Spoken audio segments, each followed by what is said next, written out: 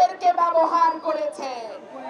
কই বিএনপি যখন ক্ষমতায় ছিল তখন তো এইরকম হয় নাই, যেটা আমরা নাসিরনগরে দেখেছি, রামুতে দেখেছি, যশোরে দেখেছি, অভয়নগরে দেখেছি, কুমিল্লাতে দেখেছি।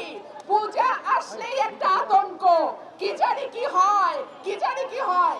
আমাদের সময় তো এরকম হয় নাই। আমি একটা কথা আজকে আপনাদের কাছে ওয়াদা দিচ্ছি, ইনশাআল্লাহ যদি আপনাদের সকলের ভোটে বিএনপি রাষ্ট্র পরিচালনার দায়িত্বে যায়, রাষ্ট্রের দায়িত্ব গ্রহণ করে, একজন মুসলমান, একজন হিন্দু, একজন খ্রিস্টান, একজন বৌদ্ধ, কোন রকম কোন বৈষম্য হবে না। বাংলাদেশে আমার যতটুকু অধিকার, আমার বোন নিপুণের যতটুকু অধিকার, আমার দাদা জয়ন্তর যতটুকু অধিকার, আমার দিদি অপর্ণার যে অধিকার, সেই একই অধিকার বাংলাদেশের 17 কোটি মানুষ ভোগ করবে ইনশাআল্লাহ।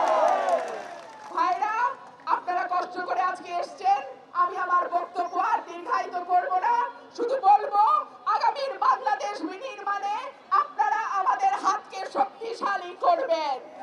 আমরা এমন একটা বাংলাদেশ তৈরি করব যেই বাংলাদেশের স্বপ্ন নিয়ে 500 জনের ওপরে ছাত্র এই গত কয়েকদিনে তাদের বুকের রক্ত বিলিয়ে দিয়েছে ইনশাআল্লাহ।